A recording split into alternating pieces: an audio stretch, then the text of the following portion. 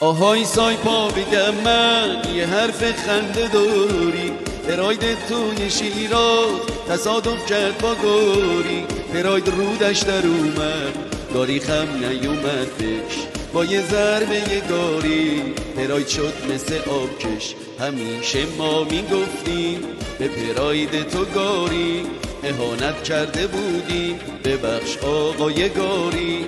گاری گاری گاری ای والا داری.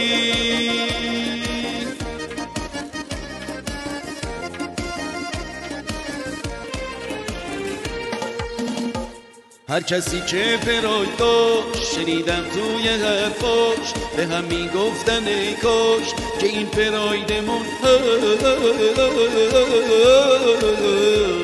اتاق گاری رو داشت. نمیدونم چرا پس پراید اینقدر گرونه، امنیت نداره، هر کسی خوب میدونه باید دنیا بدونه که این ماشینمونه، انتخابی نذاشتن که واسمون بمونه.